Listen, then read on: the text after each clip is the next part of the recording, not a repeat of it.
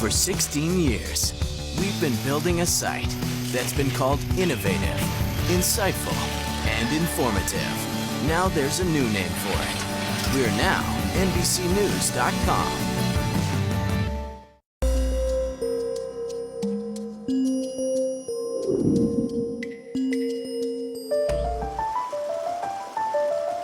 It was perplexing almost that a thing so awful could happen in the midst of such beauty. Here in the frigid rushing water of the Blue River, 3.5 days after she disappeared, they found Stephanie Roller Bruner, nude but for a tie-dyed shirt that still clung to her body. She had come to rest against a tumble of snow-covered rocks. It was just a little bit farther beyond that where the water gets calm where we located her remains. Just over by that second bend there. Yes, sir. She hadn't gone far. Agent Greg Sadar of the Colorado Bureau of Investigation. How far from her house? Rough guess off the top of my head, 350 yards. The news spread fast. Today, investigators say that they have found a body. Man, that was a pretty bad day. Your heart drops. Let's find out what happened to her, along with humongous sadness. The county coroner broke the news to Dale. They said, Dale, we need to tell you something.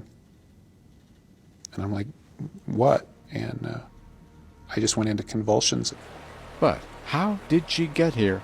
Was it suicide, accident, or murder? There's a bridge just upstream from the place they found Stephanie's body. Dale told police she often liked to walk there.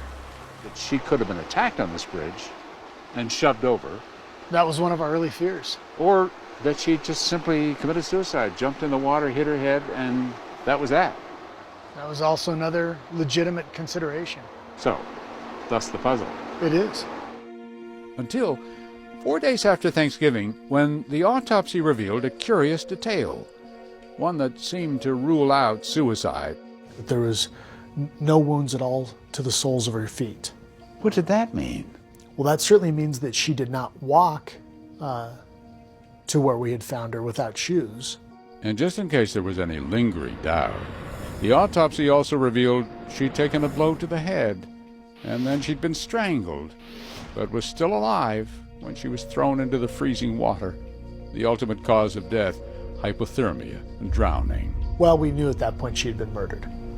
First murder in Silverthorne in decades. But who would do such a thing? Why? It was just hours before Stephanie took her walk in this virtually crime-free community that somebody robbed that nearby bank. So, did the robber later encounter Stephanie and then assault and kill her? This is where a predator could have been hiding out. You know, there's any number of opportunities at that point. Still, it was so cold. Perhaps too cold for a lurking predator? This is one of those very few cases where it's a whodunit, if you will, and where I had at least 3 viable suspects. Any one of whom had potential motive. Absolutely. There was Ron Holthouse, the other man, who had just suddenly dumped Stephanie. There was Cindy, Ron's wife, who, if she knew about the affair, could have wanted revenge. And then there was Dale Bruner, the husband. And any one of them, thought the detective, was certainly physically capable of committing the crime. Her husband, 6 foot, 200-pound, very athletic guy, and Mr. Holthouse, a big, strong guy. His wife was actually a very physically fit woman. So she'd be outgunned by any one of them. I would believe so, yes, sir. They took Ron in for questioning several times, and again he insisted it wasn't him. I screwed up my marriage. I made a mess of my life. He admitted that in the last hours of Stephanie's life, he met her here in this clothing store parking lot around dinner time, and it wasn't a happy meeting. I was actually trying to tell her that it was over. He'd earlier sent her a breakup email, he said. She insisted on seeing him in person. She wasn't taking it well at all. And then she asked me again one more time, but we can make it work. I said, no, we cannot make this work. She was still interested in having a relationship with him. And didn't want to let him go. Correct. And I'm sure that he was motivated to not let his wife find out about that. Which begged the question, Where was Ron Holthouse later that Monday evening when Stephanie went for her walk? You're saying to me you were at home. You never went out on Monday night. Correct. The detectives called in Ron's wife, Cindy.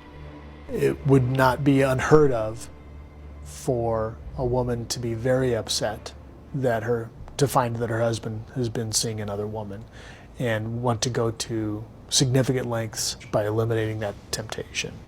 Her alibi? She was home, sleeping, right next to Ron. Okay. Did you know for sure if Ron was in the house, did he leave at any time that night on Monday night? I can't say I was sitting up and looking at him all night. Did you get up and leave? Would you have awoken? I think I would have, yeah. So, their alibis were each other. Detectives kept prodding. How much do you love your husband? I'm committed. Did you do anything for him? Within reason. Would I lie for him? No. Because you know what? If he makes bid, he's got to win. For almost a month, detectives went back and forth between Ron and Cindy and Stephanie's husband, Dale, who by that time had been advised by a friend. Better get a lawyer. So I called, and my attorney said, "You don't know the onslaught, the tidal wave that's coming towards you, do you? You have no idea." I said, "No, apparently not."